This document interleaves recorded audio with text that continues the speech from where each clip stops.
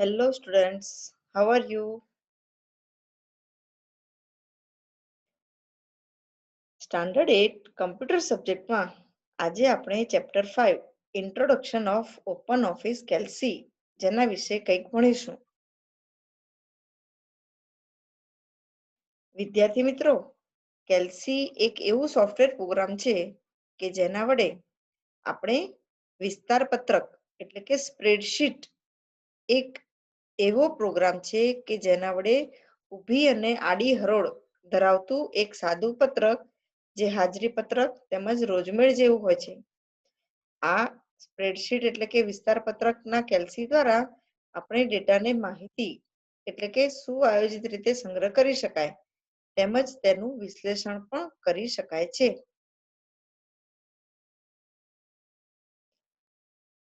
કેલ્સી એ વિસ્તાર પત્રક તૈયાર કરવા માટે ઉપયોગમાં લેવાતો ઓપન ઓફિસનો એક સોફ્ટવેર પ્રોગ્રામ છે. સ્પ્રેડશીટ એક સરળ ઇલેક્ટ્રોનિક પત્રક છે જે ગણતરી કરવા, કમ્પ્યુટરમાં ડેટા સંગ્રહવા અને પરિણામને ઈચ્છિત સ્વરૂપે પ્રદર્શિત કરવા માટે વપરાતું સોફ્ટવેર છે. વિદ્યાર્થી મિત્રો, આ કેલ્સીને ઓપન કરવાની રીત. તો એના માટે ડેસ્કટોપમાં સ્ટાર્ટ બટન પર ક્લિક કરી ઓલ પ્રોગ્રામ્સમાં જવાનું અને ત્યારબાદ તેમાં ઓપન ઓફિસના બધા જ પ્રોગ્રામ જોવા મળશે. તેમાંથી આપણે કયો પ્રોગ્રામ ખોલીશું? કેલ્સી. કેલ્સીની ફાઇલને વર્કબુક કહે છે. આ વર્કબુક એક કરતાં વધુ વર્કશીટનો સમૂહ છે. વર્કશીટ, ક્યારેક આપણે એને શીટ પણ કહીએ છીએ. કોઈ પણ નવી કેલ્સીની વર્કબુકમાં 3 વર્કશીટ હોય છે. આ વર્કશીટને તમે નવી ઉમેરી શકો, કાઢી શકો, ડિલીટ કરી શકો, એનું નામ બદલી શકો, ઘણું બધું વર્કશીટમાં કરી શકાય. વિદ્યાર્થી મિત્રો, કેલ્સી વર્કબુકમાં વર્કશીટના નામ શીટ 1, શીટ 2, શીટ 3 એમ આપેલા હોય છે. આ નામને તમે તમારી રીતે બદલી પણ શકો.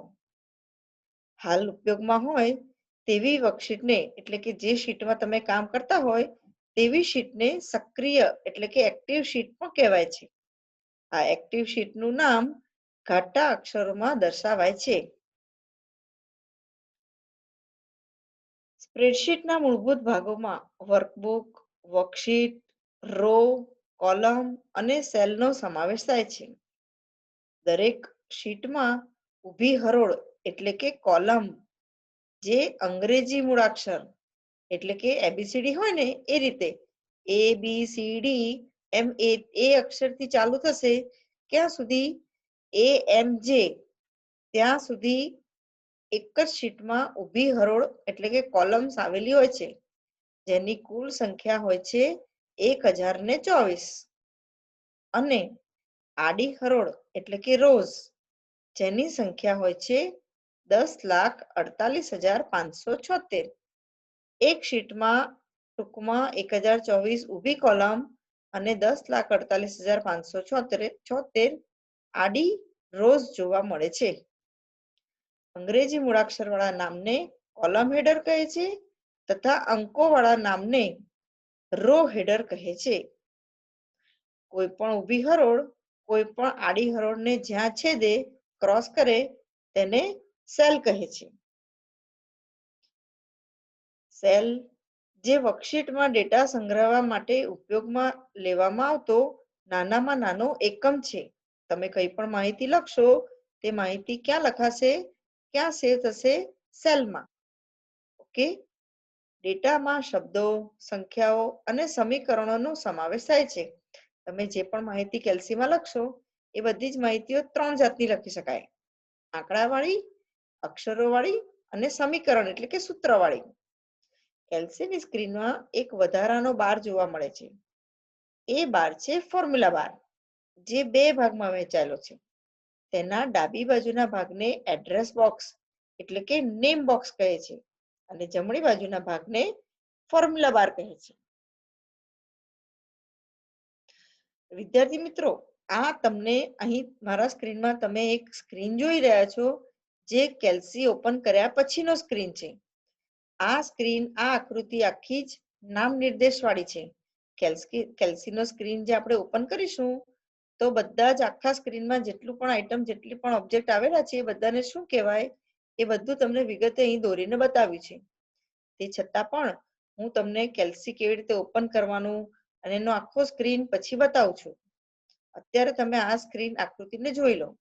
સૌથી ઉપર ટાઇટલ બાર, તેની નીચે મેનુ બાર, તેની નીચે સ્ટાન્ડર્ડ ટૂલબાર, તેની નીચે ફોર્મેટિંગ ટૂલબાર અને તેની નીચે ફોર્મેટિંગ ટૂલબારની નીચે એફએક્સ સિગ્મા ઇક્વલ ટુ વાળો આખો જે બાર દેખાય છે એ બારને કહેવાય છે ફોર્મ્યુલા બાર. એફએક્સ ની ડાબી બાજુ A1 લખેલું છે જેને કહીશું એડ્રેસ બોક્સ એટલે કે નેમ બોક્સ અને ઇક્વલ ટુ પછીની મોટી વ્હાઇટ પટ્ટી જેને આપણે કહીશું ફોર્મ્યુલા બાર. આ ફોર્મ્યુલા બાર ફક્ત કેલ્સીની સ્ક્રીનમાં જોવા મળે છે. ફોર્મ્યુલા બારની નીચે ABCDEFG લખેલું દેખાય છે જેને કહેવાય છે કોલમ હેડર.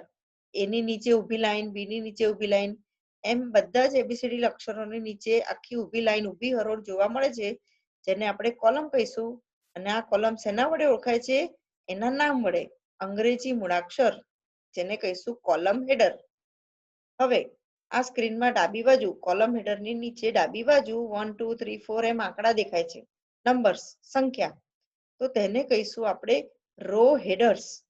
આ 1 2 3 4 જે છે એ બધી રોની વચ્ચે આડી આડી લાઈન દોરેલી છે. એ આડી લાઈનને કહીશું, આડી હરોળને કહીશું રો હેડર્સ. વચ્ચે જે તમને લંબચોરસ જેવા ખાના દેખાય છે વચ્ચેના મોટા સફેદ ભાગમાં, જ્યાં લંબચોરસ બોક્સ છે જેને કહેવાય છે સેલ. આ રો અને કોલમ જ્યાં ક્રોસ થાય, જ્યાં છેદાય તેને કહેવાય છે સેલ. તો આટલા બધા સેલમાં કોઈ એક જ સેલ એવું હોય કે જેમાં તમે લખી શકો અને એ સેલની ફરતે કાળી જાડી બોર્ડર હોય. એ બોર્ડર વાળા સેલને આપણે કહીશું એક્ટિવ સેલ. જુઓ તમને A અને 1 લખેલું દેખાય છે, કોલમ A રો 1 ત્યાં લખેલું બી છે એક્ટિવ સેલ. ઓકે, અને ફરતે જે કાળી બોર્ડર છે જેને કહેવાય છે એક્ટિવ સેલનું ઇન્ડિકેટર. ખ્યાલ આવ્યો? હવે આ શીટમાં વચ્ચે જે સેલ્સ દેખાય છે આટલા બધા, એમાં નીચેના ભાગમાં શીટ 1, શીટ 2 અને શીટ 3 તમે જોઈ શકો છો. જે 3 શીટ આપેલી છે, આ શીટોના નામ જે છે શીટ 1 2 3 તેને આપણે કહીશું શીટ ટેબ. વિદ્યાર્થી મિત્રો, હવે આ તમે મેં મારી આકૃતિ દોરેલી બતાવી. હવે આપણે એને ઓપન કરતા શીખીશું. ઓકે, આ મારા સ્ક્રીનનો ડેસ્કટોપ છે. આ ડેસ્કટોપમાં નીચે ટાસ્ક બારમાં સ્ટાર્ટ બટનની બાજુમાં એક સર્ચ બોક્સ છે જેમાં આપણે ક્લિક કરીશું અને ક્લિક કરીને હું લખીશ ઓપન ઓફિસ. જેવું હું ઓપન લખીશ ત્યાં જ તમને ઓપન ઓફિસનું આખો એક પ્રોગ્રામ બ્લુ કલરના આઇકોન વાળો દેખાશે. જેમાં આપણે ક્લિક કરીશું તો તરત જ તમને ઓપન ઓફિસમાં જેટલા પણ સોફ્ટવેર પ્રોગ્રામ આવેલા હશે બધા જ તમને જોવા મળશે. વિદ્યાર્થી મિત્રો, આપણે અગાઉ ટેક્સ્ટ ડોક્યુમેન્ટ એટલે કે રાઇટર, ડ્રોઈંગ એટલે કે ડ્રો, સ્પ્રેડશીટ આજે આપણે શીખવાનું છે. પ્રેઝન્ટેશન પણ આપણે શીખી ગયા. તો આજે આપણે શું શીખીશું? સ્પ્રેડશીટ, જેમાં હું ક્લિક કરીશ. ક્લિક કરીશ એટલે આ રીતનું સ્ક્રીન તમે જોઈ શકશો. જુઓ, title bar, menu bar, standard tool bar, formatting bar, A1 લખેલો, એડ્રેસ બોક્સ એટલે કે નેમ બોક્સ અને એફએક્સ સિગ્મા ઇક્વલ ટુ ની બાજુમાં આવેલો આખો જ ફોર્મ્યુલા બાર. આ ફોર્મ્યુલા બારની નીચે છે ABCD જેને આપણે કહીશું અંગ્રેજી મૂળાક્ષર એટલે કે દરેકની નીચે ઊભી હરોળ છે જેને કહીશું કોલમ. ને કોલમોને નામ આપેલું છે એબીસીડી પ્રમાણે જેને આપણે કહીશું કોલમ હેડર. ડાબી બાજુ બધી જ રો છે 1 2 3 4 આંકડાવાળી, સંખ્યાવાળી, જે આડી લાઈનમાં લખેલા નંબર્સ છે જેને આપણે કહીશું રો હેડર. આ રો હેડર અને કોલમ હેડર જ્યાં છેદાય છે ત્યાં જે આટલા બધા લંબચોરસ બોક્સ દેખાય છે એ બધા બોક્સને આપણે કહીશું સેલ, CELL. વિદ્યાર્થી મિત્રો, અહીંયા આગળ A1 નામનું આ જે પહેલું સેલ છે જેની ફરતે કાળી બોર્ડર છે, આ કાળી બોર્ડરને આપણે કહીશું સેલનું ઇન્ડિકેટર, એક્ટિવ સેલનું ઇન્ડિકેટર. ઓકે, તમે જેમ જેમ કીબોર્ડમાંથી એરો કી દબાવશો એમ એમ તમારું આ ઇન્ડિકેટર એટલે કે એક્ટિવ સેલ મૂવ થશે, રાઈટ, લેફ્ટ, ડાઉન, અપ, આ રીતે. ઓકે, હવે અહીંયા નીચે તમે શીટ 1, શીટ 2 અને શીટ 3 એમ 3 શીટના નામ તમે જોઈ શકો છો. અત્યારે તમે જે શીટમાં હો, જે શીટમાં કામ કરતા હો, એ શીટનું નામ બોલ્ડ એટલે કે ઘાટા અક્ષરમાં દેખાશે. ખ્યાલ આવ્યો? બાકી આ સ્ક્રીન, કેલ્સીનો સ્ક્રીન હજુ ઘણો બધો તમને શીખવાડવાનો બાકી છે. તો વિદ્યાર્થી મિત્રો, બધાના ઘરે ઓપન ઓફિસ નો પ્રોગ્રામ ના હોય તો ઘરે ઇન્સ્ટોલ કરી દેજો કોમ્પ્યુટરમાં, અને પછી આપણે સાથે બધા જ બેસીને કામ કરીશું. તો વિદ્યાર્થી મિત્રો, આજે મેં તમને ઓપન ઓફિસ કેલ્સી ઓપન કરતા અને એનો સ્ક્રીન થોડોક સમજાવ્યો છે. હજુ ઘણું બધું બાકી છે, પણ એ હવે આપણે નેક્સ્ટ ટાઈમ શીખીશું. Okay, by.